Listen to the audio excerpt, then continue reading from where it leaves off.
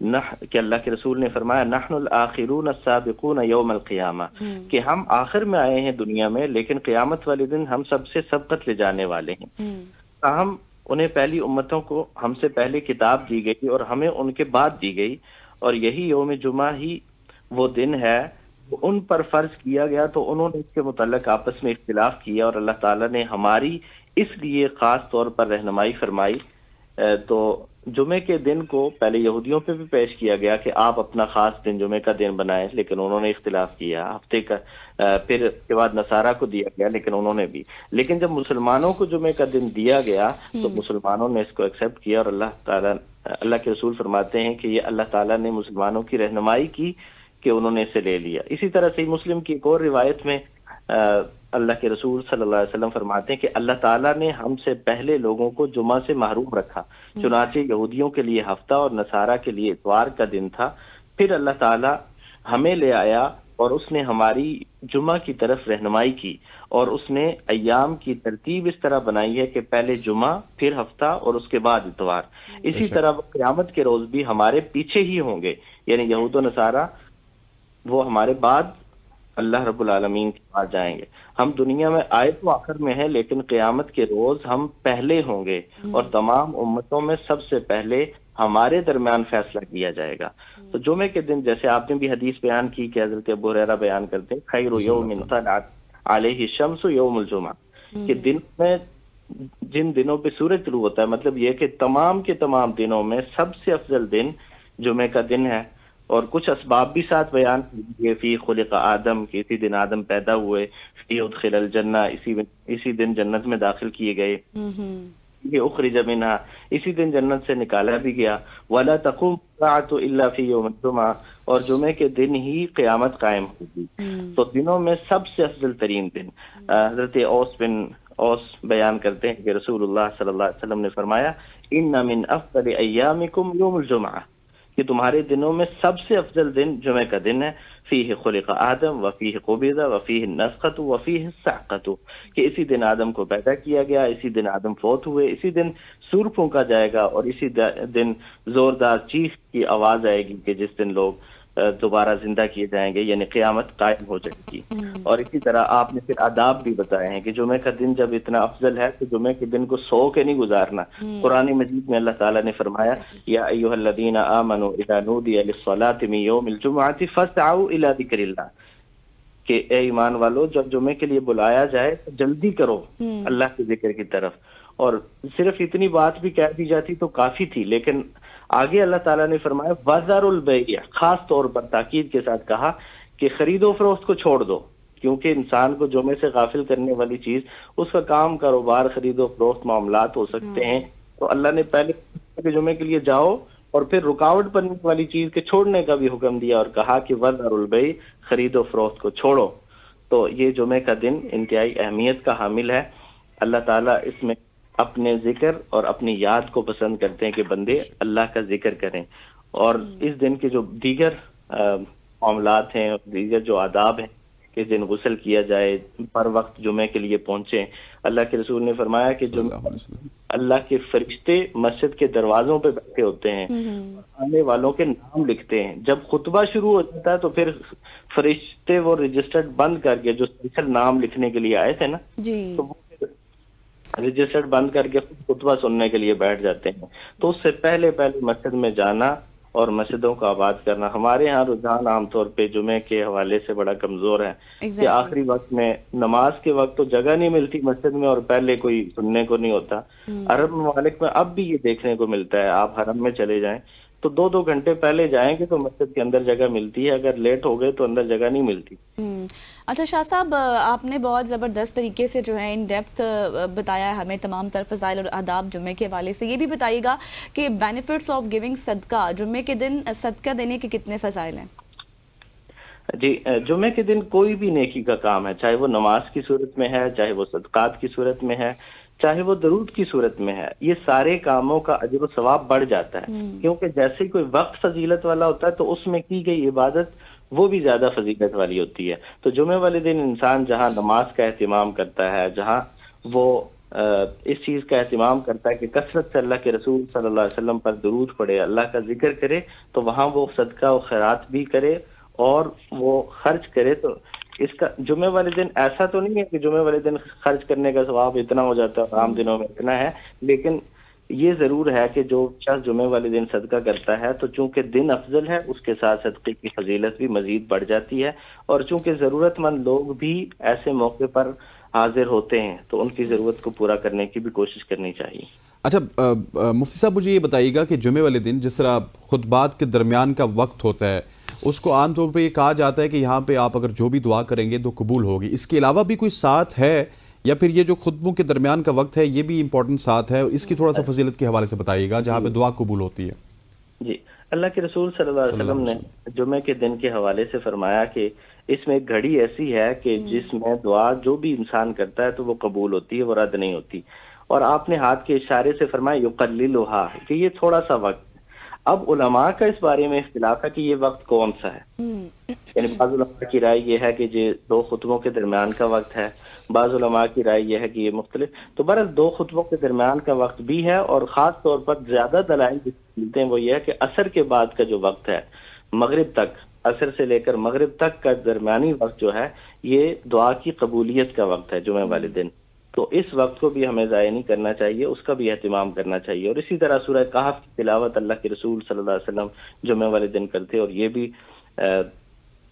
صحیح حدیث میں موجود ہے. آپ من قرأ سورۃ الکہف لیلۃ الجمعہ اضاء لہ من النور ما بینہ وبین البیت العتیق، کہ جس شخص نے جمعے کے رات سورہ کہف کی تلاوت کی، یعنی جمعے کے دن اور رات پورا وقت ملا کے، تو اس کے لیے خانہ کعبہ سے لے کر بیت العتیق تک، اس کے اور خانہ کعبہ کے درمیان تک کی جو جگہ ہے مسافت ہے وہ ساری روشن کر دی جائے گی. ماشاءاللہ. اچھا شاہ صاحب، ایک اور بھی پوائنٹ ہے جس کے اوپر آپ کی رائے جاننا ضروری ہے، کیونکہ آپ کی موجودگی کا فائدہ اٹھاتے ہوئے میں نے سوچا کہ آپ سے یہ سوال پوچھ لوں.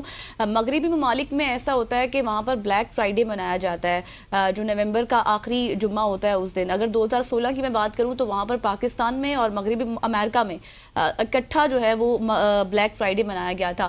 اس بلیک فرائیڈے کے حوالے سے کیا احکامات ہیں؟ کیونکہ اس دن تو خاص طور پر یہ کیا جاتا ہے کہ ایک بازار لگایا جاتا ہے، شاپنگ پورا، اور وہاں پر گرینڈ بازار جسے کہتے ہیں، وہاں پر لوگ جاتے ہیں، ہاں ایگزیکٹلی، اور پھر اس کو بلیک فرائیڈے کا نام دیا جاتا ہے. تو اس کے حوالے سے کیا احکامات ہیں؟ دیکھیں، جمعے کا دن خوشی کا دن ہے اور مسلمانوں کے لیے عید کا دن ہے. اللہ کے رسول صلی اللہ علیہ وسلم نے فرمایا کہ جمعے کا دن عید کا دن ہے، اور عید کے دن کو بلیک کا نام دینا یا اس طرح کی چیزیں، ہو سکتا ہے اس میں جو کام ہوتے ہوں اس میں کوئی ایسی قباحت نہ بھی ہوتی ہو، لیکن اس کو اس طرح کا نام دینا شرعی طور پر اس سے بچنا چاہیے. اور خاص طور پر اگر ان کے یہاں ان کے کلچر میں ایسے یہ نام استعمال ہوتا بھی ہے تو ہمیں اس سے بچنے کی کوشش کرنی چاہیے، کیونکہ ہم انہی کی روایت پر چلتے جا رہے ہیں نا. میں نے جیسے آپ کو 2016 کی مثال دی، اس وقت پاکستان اور امریکہ میں اکٹھا منایا گیا تھا.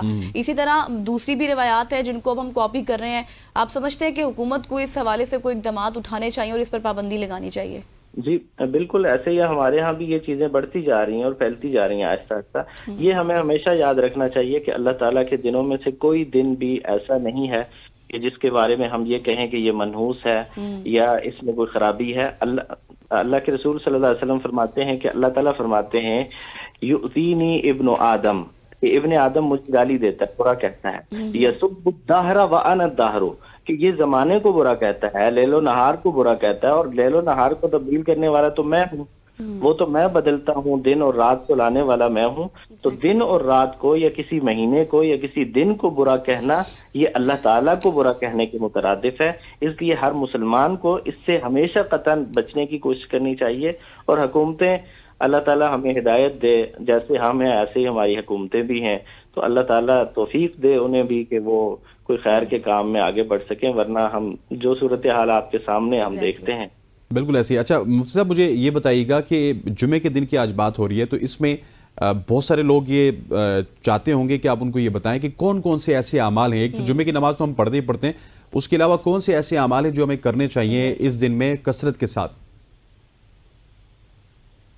آپ کی آواز مجھے نہیں آئی مفتی صاحب. میں پوچھ رہا تھا کہ جمعے کے دن کی ہم بات کریں تو جمعے کے دن میں کون سے ایسے اعمال ہیں جو ہمیں کرنے چاہیے؟ اعمال کے حوالے سے اگر ہم بات کریں تو جمعے کی تیاری کا انتظار بندے کو شروع سے رہنا چاہیے، اور اللہ کے رسول صلی اللہ علیہ وسلم جمعے والے دن جو کام کرتے تھے ان میں سب سے پہلی چیز کہ آپ جب فجر کی نماز کے لیے اٹھتے تو فجر کی نماز کی پہلی رکعت میں آپ سورہ سجدہ اور دوسری رکعت میں سورہ دہر پڑھا کرتے تھے، اور پھر اسی طرح جب جمعے کی نماز آپ پڑھاتے تو اس میں پہلی رکعت میں سورہ اعلیٰ اور دوسری رکعت میں سورہ غاشیہ پڑھا کرتے تھے، اور پھر اسی طرح نماز جمعہ کے لیے آپ بر وقت جاتے اور صحابہ کرام رضوان اللہ علیہم اجمعین کی یہ تربیت کرتے کہ آپ نے وقت پر جلدی حاضر ہونا ہے، اور پھر صحابہ کرام اس قدر جلدی جاتے کہ ہمارے ہاں جس طرح پیچھے پیچھے رہنے کا رواج ہے نا، تو ان کے ہاں یہی ہوتا تھا کہ جلدی جائیں گے تو جگہ ملے گی، پیچھے رہ گئے تو جگہ نہیں ملے گی پھر۔ تو یہ سارے کام، اور اس کے ساتھ ساتھ صلہ رحمی کرنا، دوسروں کا خیال رکھنا۔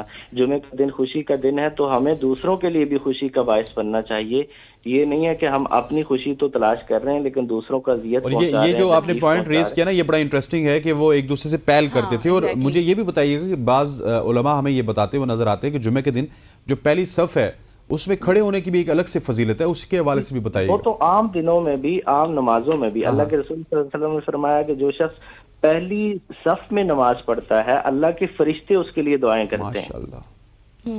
ایسا ہی ہے جیسے اب صحابہ اکرام کی جانب سے پوچھا گیا نا کہ جمعے کو سب سے زیادہ کیا کرنا چاہیے، کون سا عمل کرنا چاہیے، تو فرمایا گیا کہ سب سے زیادہ آپ درود شریف پڑھیں کیونکہ اس کا ثواب جو ہے وہ اسی ٹائم پہنچ جاتا ہے۔ تو شاہ صاحب یہ بھی بتائیے گا کہ آج کل کی جو نوجوان نسل ہے اس کو جمعے کی اہمیت سمجھانے کے لیے والدین اور علماء کرام کا کس حد تک کردار ہے اور کیا رول ہے؟ دیکھیں بچے ظاہر ہے بڑوں سے سیکھتے ہیں، بڑے اگر خود جمعے کے لیے نہ جائیں اور خود یہ انتظار کریں کہ جب جماعت کھڑی ہوگی تو میں اس وقت چلا جاؤں گا، جی بچوں نے بھی یہی کرنا ہے۔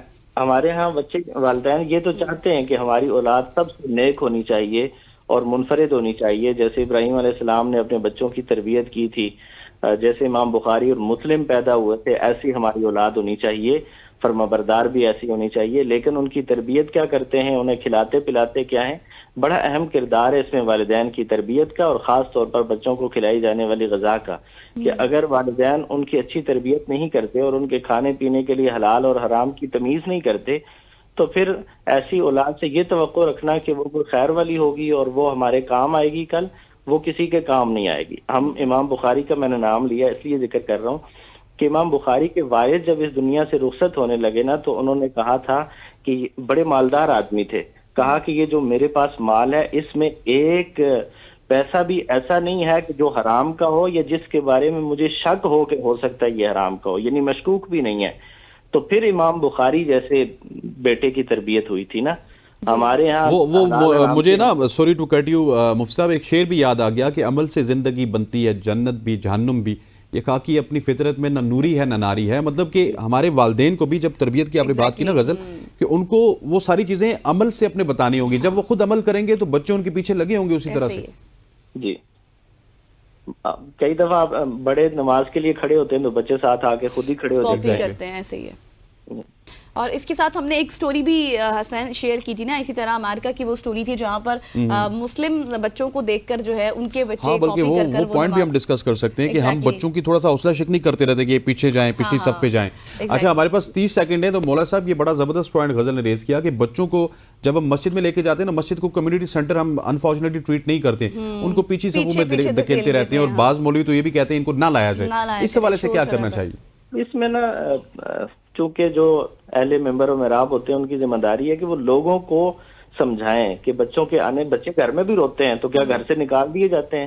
تو مسجد میں بھی اگر بچے روئیں یا شرارتیں کریں تو انہیں برداشت کیا جائے۔ بچے تو بچے ہیں، وہ ہر ایک کے ایک جیسے ہی ہوتے ہیں۔ ہاں والدین کو جب وہ ساتھ لائیں تو کچھ نہ کچھ انہیں بھی پرواہ کرنی چاہیے، لیکن دوسروں میں بھی اتنی برداشت ہونی چاہیے۔ ہمارے ہاں ویسے تو نماز کی خاص پرواہ نہیں ہوتی، لیکن بچہ رو جائے تو وہ جی ساری نماز میری خراب کر دی۔ ٹھیک ہو گیا مفتی صاحب، thank you so much for joining us. Mufti Riyasat صاحب ہمارے ساتھ موجود تھے جو کہ جمعے کے فضائل کے حوالے سے تھے۔ خواتین حضرات، امید کرتے ہیں کہ آج کے صبح کی سوچ آپ کو پسند آئی ہوگی۔ مجھے غزل کو اور ہماری پوری پروڈکشن ٹیم کو 2 دن کے لیے اجازت دیں گے، انشاءاللہ منڈے کو آپ سے ملاقات ہوگی، تب تک کے لیے اللہ حافظ۔